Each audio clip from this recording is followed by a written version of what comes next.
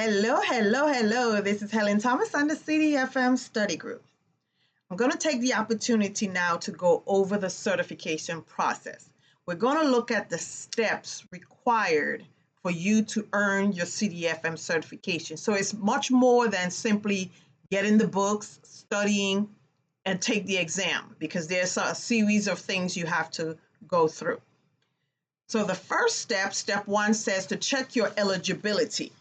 So when you go on the American Society of Military Comptroller website, ASMC, and I have another YouTube video that kind of helps you to navigate the website. You have to go to the website, and then it has a list of things that you must have in order to be eligible.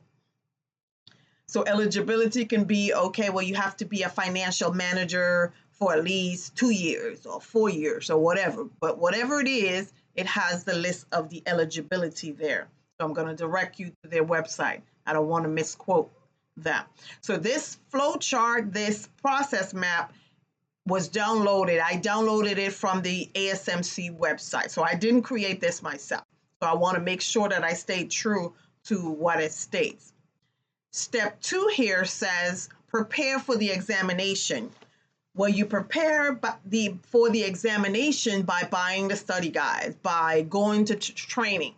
And if you go to the classes, they get the study guides come with it. Or if you buy the study guides on your own, you study, you use my YouTube page, those are different actions that you take to prepare for the exam. I will also add that part of the preparation is to determine your timeline, because you have to determine, when am I going to take these exams? My recommendation is that you put it on the calendar. You have module 1, 2, and 3. I say take them in the order of module 1, module 3, then module 2. Let's say January, module 1, February, module 3, March, module 2. And I say them in that order because module 2 kind of most difficult for some people. Actually, for most people, module 2 is the hardest. So you could take them. You don't have to take them in order. There's no requirement for that. So preparation is the key for success. I will also tell you, while we're talking about preparation, is that you're never going to feel 100% ready. Like, I know everything in the book. The way you know how you're ready, the key to knowing that you are ready, is being able to look at a topic in that study guide, close the book, and talk about it. Draw a process map. Who are the key players? What are they doing? What document is being produced? Why are they doing it? What law says they have to do it? And those are the type of things. You got to be able to answer those questions. You got to be able to put that puzzle back together without looking at the material. When you take the exams, you cannot have, it's closed book. And oh, by the way, you can't have no pen, no pencil. Everything is just you and that computer mouse and that screen. Click, click, A, B, C, D. Pick a choice. So you got to make sure you're prepared. And that's where I come in. I try to help students prepare mentally.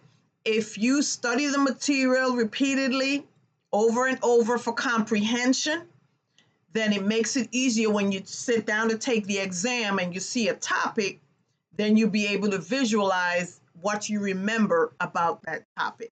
So preparation is the key. All right, step 3 says enroll in the CDFM program. So again, on the ASMC website, you have to enroll in CDFM. So just because you order the book and the study guide, you're not enrolled in the CDFM program at that point. So you have to become an ASMC member to make things cheaper for you. That's a small fee. You buy the study guides. You enroll in the CDFM program. This is when you officially say, all right, I want my 2-year clock to start because I'm in the process, I'm getting ready to take the exam to earn my certification. So at that point, you pay your money to enroll in the CDFM program. After you enroll, you have 2 years to complete Module 1, 2, and 3. Step 4 says, okay, now I'm enrolled in the program and I'm ready to take my first exam. Pay for your exam is step 4. Either Module 1, 2, and 3. And remember, for your initial certification, you only need to pass the test for Module 1, 2, and 3. The Module 4, which focuses on acquisition, is an additional certification that you have to take if you want to. Not have to, it's optional if you want to. But you do not need Module 4 to earn CDFM. So they have different options in which you can pay for your exam. And also part of that is if you fail an exam and you have to retake it, you got to pay for that new exam also. As we're talking about paying for the exam, step 5 says schedule your exam. All of this is done through the ASMC website. And you will have your username and password where you log in. They'll send you the link once you enroll on the ASMC, and then you'll actually go ahead and schedule the date. Okay, January, Module 1. What dates are available? In that ASMC website, when you get ready to schedule, it gives you the option to either schedule an educational facility or a facility that has that test, Pearson testing capability, or now they have the option, since the COVID virus came out and the pandemic, now they started offering you could take the exam at home. It's a little bit more stressful at the house if you have children who are going to school at home.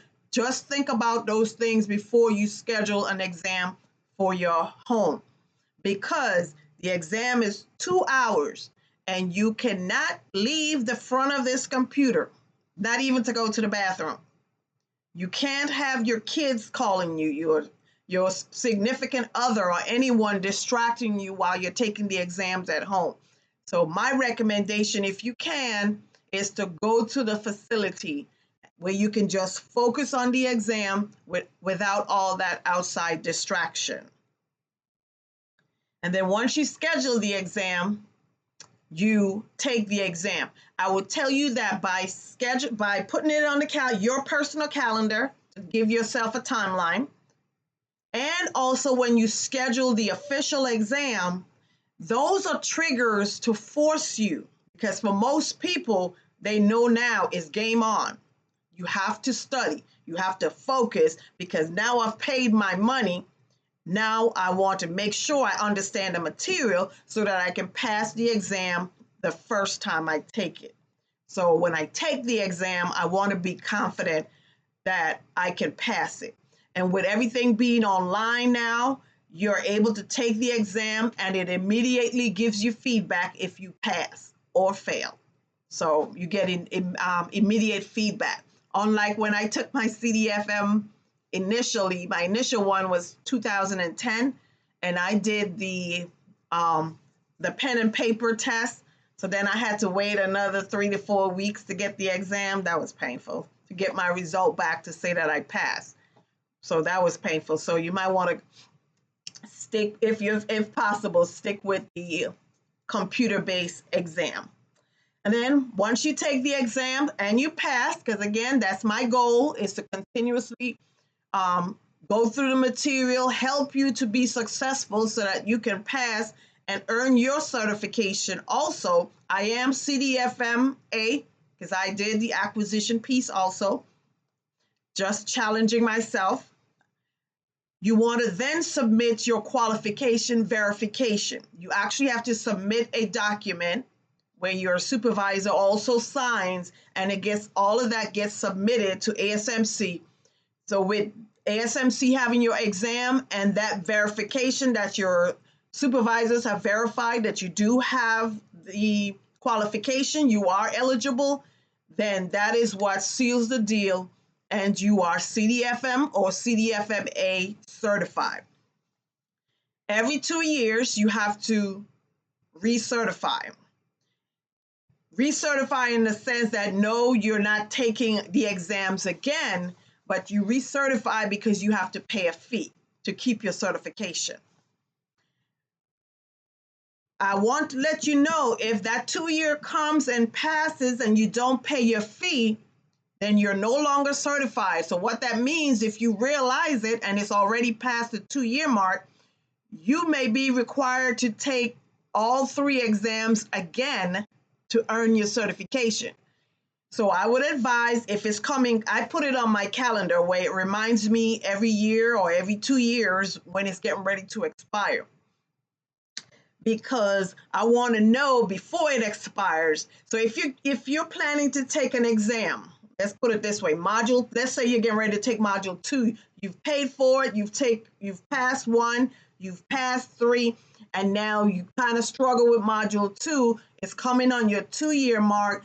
Do not wait until that 2 year mark is passed to determine, oh, I'm not going to be able to finish and pass module 2.